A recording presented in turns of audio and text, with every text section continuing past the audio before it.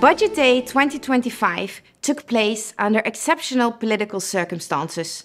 Following the fall of the Schoof cabinet on June 3rd, the Netherlands is currently governed by a caretaker cabinet.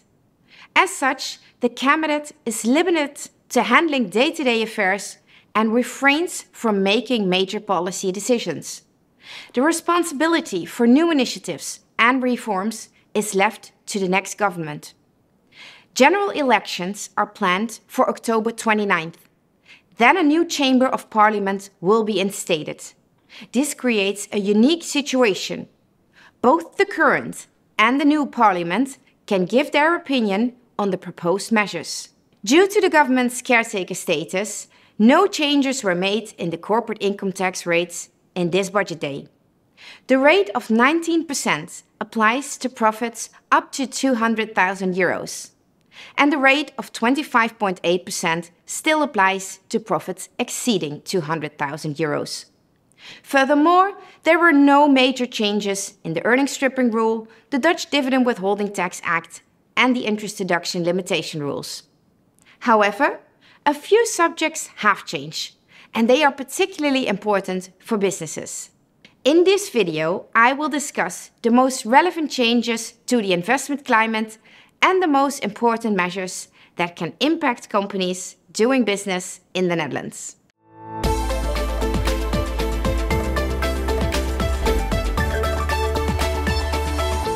Banks and insurers have a minimum capital rule that limits how much interest they can deduct on loans.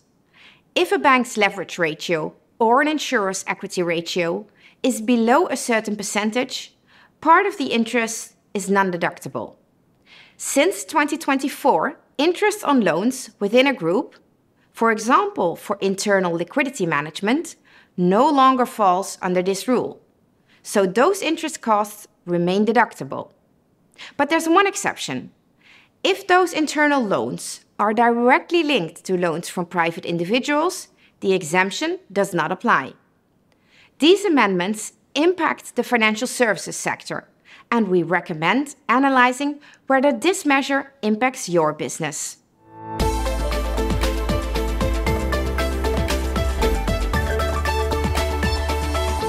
In private equity, managers sometimes receive equity incentives as part of their pay.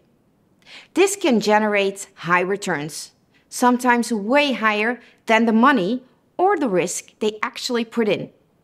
In those cases, Dutch tax law can treat the extra profits as a benefit from a lucrative interest that is taxable. Starting 2026, the rules on lucrative interest will be tightened to prevent tax avoidance through indirect holdings via a Dutch entity.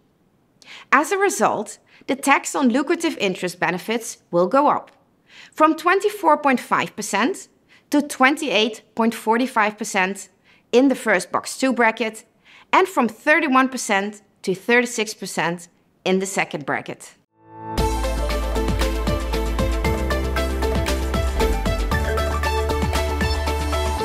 With the energy investment allowance, companies can deduct up to 151 million in energy investments. However, in practice, a taxpayer could exceed this limit by both investing directly and through a partnership. From 2026, a new rule will close this gap.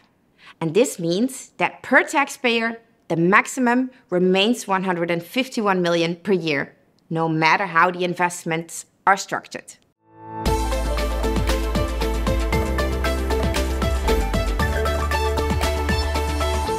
From January 1st, 2026, importers of carbon-intensive products like steel, cement and aluminium should pay a fair price for the carbon dioxide emitted during production outside the EU. The idea is to create a level playing field by applying the same carbon dioxide cost to EU producers and importers. However, the impact on those companies will be substantial, so businesses need to conduct initial impact analysis, identify key stakeholders in their supply chains, and assign responsibility within their organization for compliance and reporting.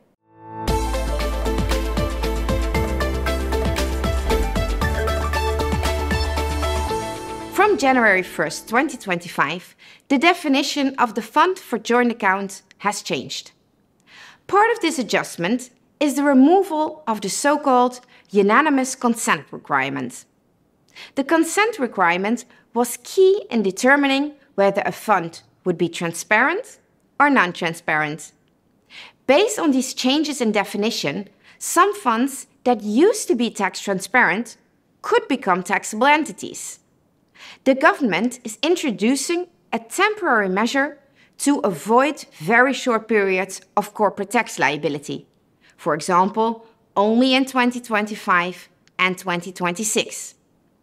With this rule, funds that were transparent up to 2024 can choose to remain transparent from 2025 onwards. And this prevents unnecessary opening and closing balances and extra tax filings.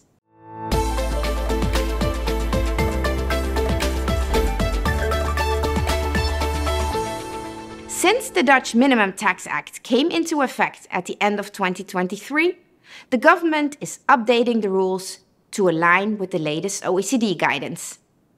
Key changes include recognizing certain tax credits, adding currency conversion rules for companies reporting outside the euro, and clarifying top-up tax calculations. Importantly, under the new EU rules, multinational groups only need to file their top-up tax information once in a qualifying EU member state, which then shares it automatically with other EU member states. These filing obligations are coming into effect soon, so companies should prepare for the new reporting requirements.